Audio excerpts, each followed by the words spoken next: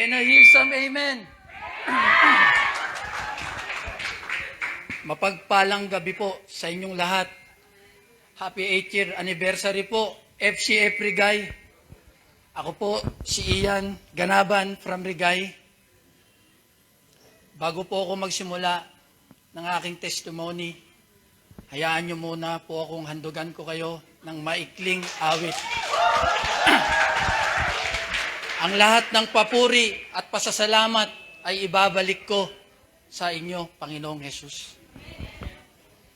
Nung una, ang akala ko, ang buhay ko'y hindi na magbabago. At kahit ano pang gawin, ako'y bumabalik sa maling gawain. Marami na akong sinubukan, kung sino-sinong nilapitan, nang halos ako ay sumuko na. Si Jesus ay nakilala.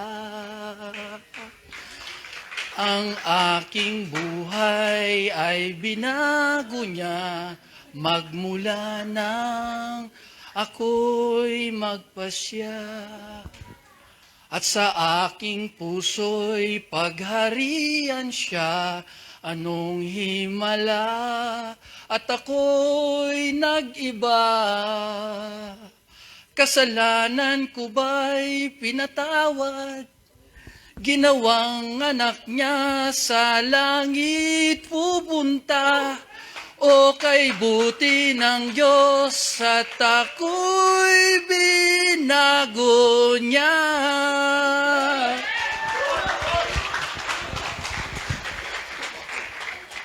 Brothers and sisters, ako po'y 23 years to be exactly na bilanggo at nalulong sa ipinagbabawal na gamot. Ako po'y 13 years old nung ako po'y nagsimulang gumamit po.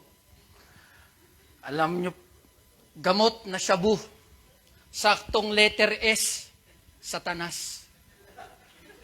Alam nyo po, brothers and sisters, noong ginagawa ko ang bagay na iyon, masaya ako at masarap sa pakiramdam. Kasi may barkada ka, may mga tropa ka, in ka. Walang araw na hindi ako nakagamit ng ipinagbabawal na gamot. Panay pasarap sa buhay. Kung ang college may masteral, ako minasteral ko lahat ng masama. Alak, sigarilyo, babae, sugal, gulo, pagnanakaw, pornografiya, madaling salita, sakit ako ng ulo ng nanay at tatay ko.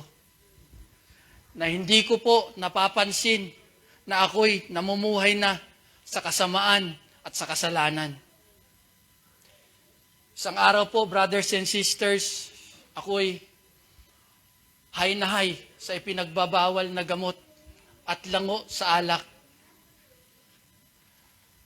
Ako po'y napatingin sa santo ng aking nanay na mayroon pong malapit na Biblia. Hinawakan ko po yung Bibliang iyon. Sabi ko po, kung talagang may Diyos ka, kung talagang totoo ka, baguhin mo ako. Kung talagang hemen, aleluya, kung nakikinig ka sa akin, baguhin mo ako. Sabi ko, baguhin mo ko at paglilingkuran kita. Tanggalin mo ko sa kadilimang ito. Alam nyo, mga kapatid, brothers and sisters, yung time na yon, sinagot po ko ng Panginoon. Saktong-sakto po. John 1, verse 1, chapter 12. Ang sabi po, ang nasusulat, subalit, ang lahat ng tumanggap at sumampalataya sa Kanya ay bibigyan niya ng karapatan maging mga anak ng Diyos.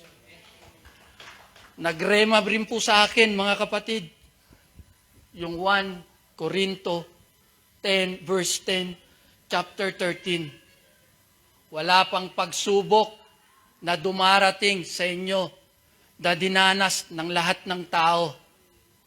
Tapat ang Diyos at hindi niya ipahihintulot na kayo'y subukin ng higit sa inyong makakaya. Sa halip, pagdating ng pagsubok, bibigyan niya kayo ng lakas upang mapagtagumpayan niyon.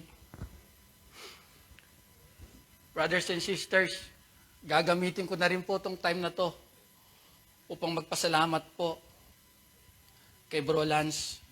Kasi kung hindi po dahil kay Bro Lance, hindi po ako makaka-attend ng mga Bible study.